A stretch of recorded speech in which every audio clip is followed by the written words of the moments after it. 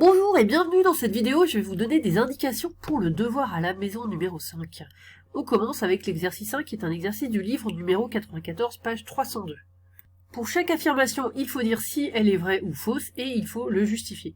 La première, au championnat du monde d'athlétisme, la finale du saut à la perche se joue entre 8 athlètes et l'affirmation 1 c'est il y a 40 320 classements possibles sans ex-aequo.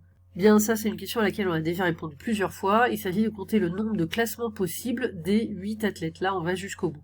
Donc je vous laisse faire le calcul, vous savez faire normalement. Deuxième affirmation, 10 coureurs participent à la finale du 100 mètres. Tous arrivent, il n'y a pas d'ex-aequo. Affirmation 2, le nombre d'arrivées dans l'ordre possible pour les 3 premiers est 120. Ça aussi, on l'a fait plusieurs fois. Les 3 premiers, ça correspond donc au podium premier, deuxième, troisième, le nombre de podiums possibles pour 10 coureurs. Je vous laisse le résoudre tout seul. Troisième affirmation, 15 personnes se rencontrent, chacune d'elles serre la main à chacune des autres. Affirmation 3, le nombre de poignées de main échangées est 210. Alors ici, il faut bien comprendre que, contrairement aux deux premières affirmations, l'ordre ne compte pas. Deux personnes qui se serrent la main, c'est la même chose. Si la personne A serre la main à la personne B serre la main à la personne A, c'est la même poignée de main. Donc en fait, compter le nombre de poignées de main possibles parmi 15 personnes, c'est compter le nombre de façons de choisir deux personnes parmi 15. Donc je vous laisse faire avec cette indication. Ensuite, en informatique, un octet, c'est une liste de 8 éléments pris dans l'ensemble 0,1.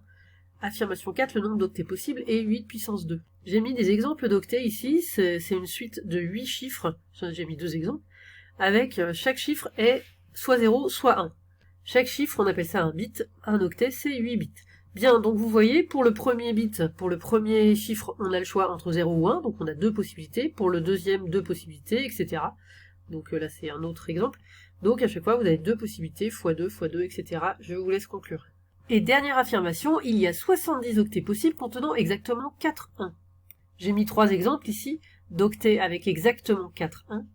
En fait, chercher le nombre d'octets possibles contenant exactement 4 1, cela revient à chercher les positions possibles pour ces 4 1 parmi 8 positions.